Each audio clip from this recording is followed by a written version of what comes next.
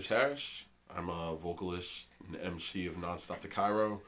My name is Andrew. I play the sax. Hello, everyone. My name is Nicholas James Diamond, and I play guitar and sing in the band. Matt Ezzo. I play bass in the band. We are Nonstop to Cairo. We hail from Long Island, New York. 2009, we started. Well, that's when we had a couple of different versions of our band. Started out more like hard rock, and then added horns and moved in more into the ska funk range, which is I think where we belonged in the first place. But that was back in 2009, and we've been making a lot of moves recently. New album, all that kind of stuff. So We are energetic. got that. We're fun. Mm-hmm. We're like a mix of punk, ska, reggae, rock, funk, We're a good time. hip hop. Yeah, we just kind of like blend a lot of styles together, and like Matt said, we don't take anything too seriously, except our stage show, Yeah. which yeah. is our bread and butter. Yeah. Come see us live. They started as a metal band before I joined. We, Way before. Yeah, When the before I band- joined yeah. you, yeah. When the band first started, it was like the byproduct of a metal band that had broken up on the island. Nick and I were both in that band, and we love metal music, but we feel way more natural, I think, playing this style of music. But it was a good time. It was fun. You know. But yeah, so we started out a lot harder and a lot more just, raw and gritty and too angry because we were pretty happy people. And then, through exploring music more, it kind of got more, softer and funkier and It mellowed groovier, out. and it mellowed A out. little And, bit more. we learned to concentrate more on the vocals instead of like the instruments and like really what's gonna make that what's gonna support those to really make them powerful parts of the song. And then through all of that, it just I don't know. The horns horns have add become a big role. forefront, Yeah. where they were an afterthought in the very beginning. I think our first album we had one horn part that was 3 lines, right? Mhm. Or 4 Yeah. lines. Ba, ba, ba, da. That was it. And now Well, you and can't jazz. listen. It's hard to not listen to a track of ours nowadays without having any kind of horn. And I think us incorporating that into the music that we do now has just made it links and bounds beyond where we ever thought we would be at this point.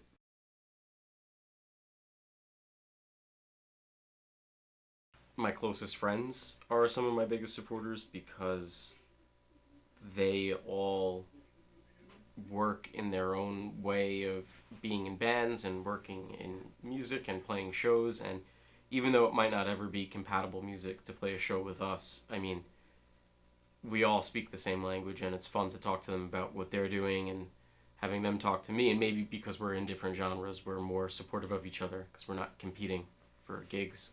My parents, the studio we're in right now is because of my parents. We, at a young age, were able to, blood, sweat, and tears, actually build this studio in this area on their property and make it something that to this day we still use. So that was big support of my parents.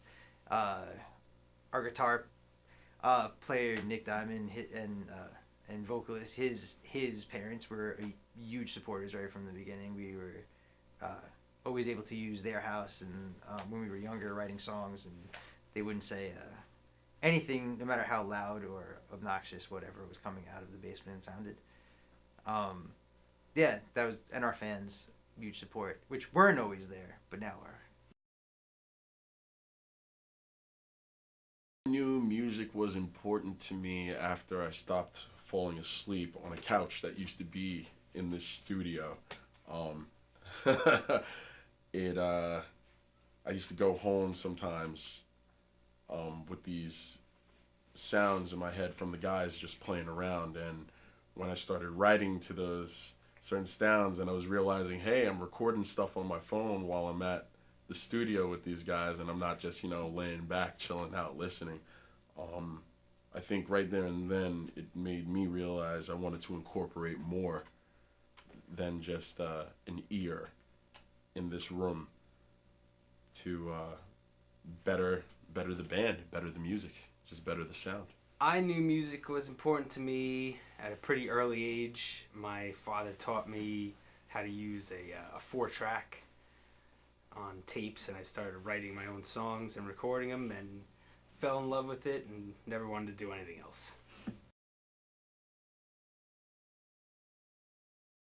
Writing, just coming to practice open-minded with ideas and trying to put stuff out there and not take it too seriously and jam out and then see what works, see what feels natural. And everyone adds their piece, put it together and refine it. I'd say so. Yeah. It's a lot of fun, a lot of fighting because you get pretty emotional about stuff that you're creating.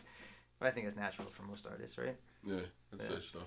Yeah, but then once the fighting's done, it's amazing. It's a great song most of the time.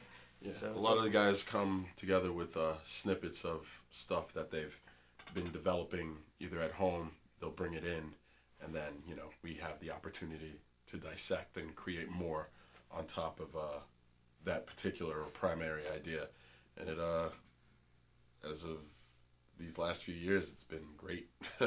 Makes for some pretty cool songs. I think hitting our stride in that department right about We just now. released a vinyl in 2018. Yeah, Vinyl record. Of our debut album. We put out a bunch of singles and EPs and stuff before that, refining the sound. And then we were finally ready to put in that time for like the 15-song full album that really kind of defined who we were. And we put the time into it, and it came out great and had more opportunities than we can count. I draw inspiration from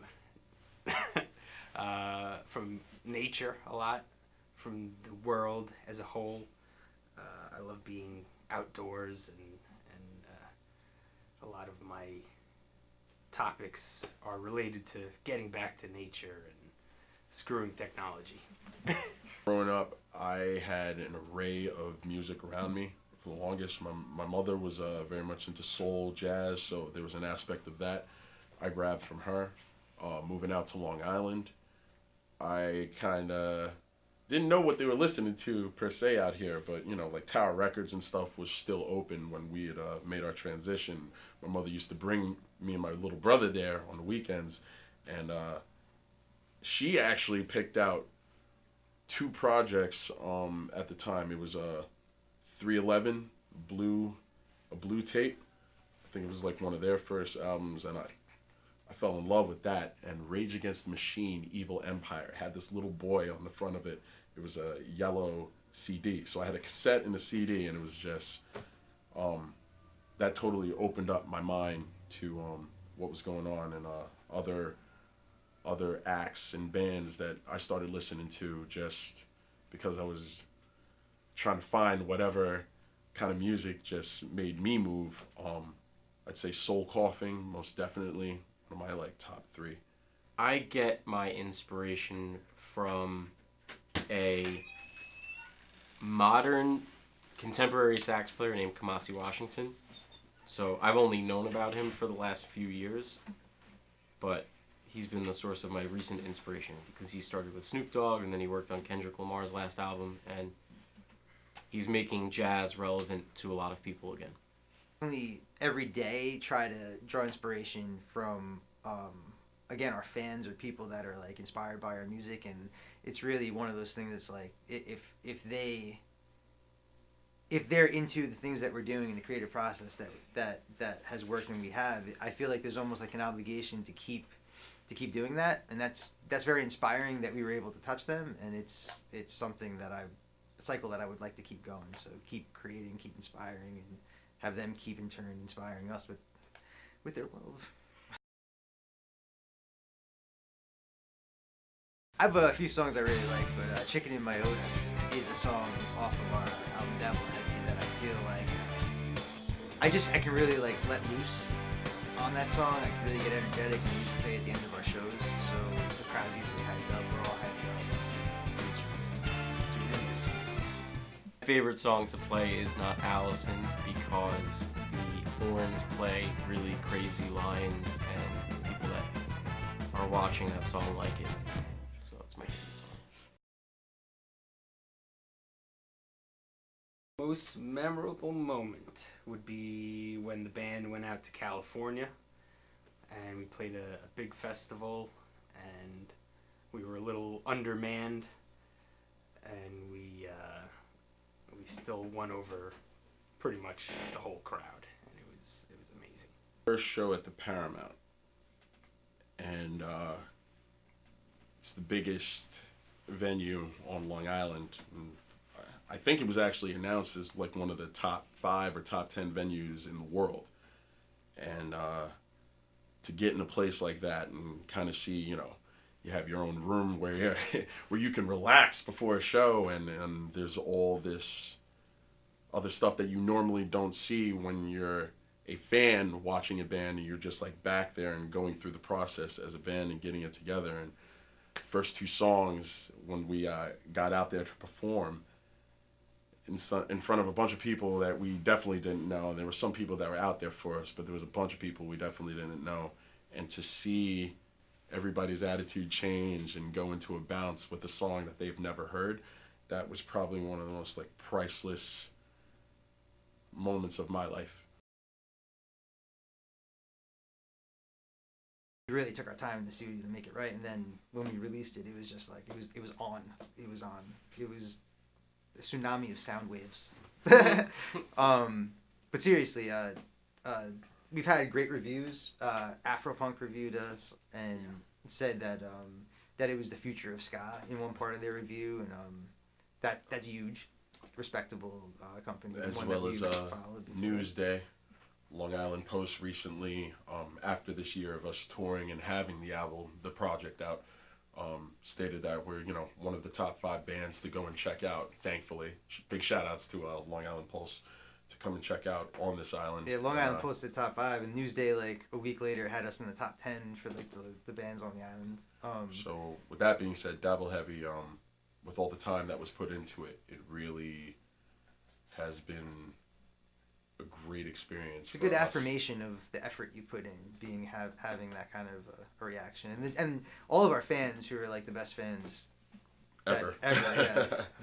They really support everything, and they're wearing the shirts, they're wearing the bracelets right here. These are free. All you gotta do is show up. But yeah, really spreading the word, and it's been good. Dabbled heavy.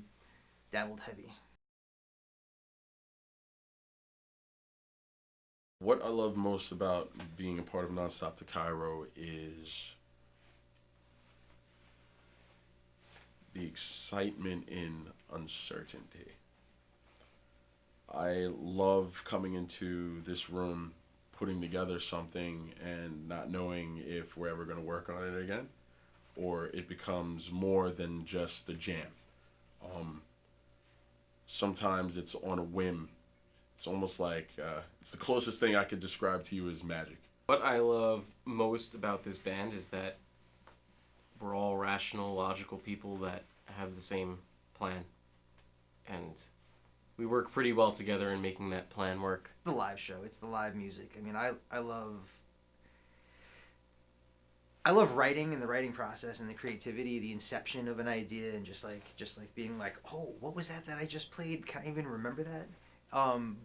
But it's the final product just in front of people in an audience and getting that energetic, enough to make me want to run and jump off a stage into the crowd, which is amazing. I love performing live. It is, it's like a drug almost that you just want to get more and more of. And when you do it every day for a couple of weeks or so at a time, it gets very addictive, and you want to just keep getting back up on that stage and having fun.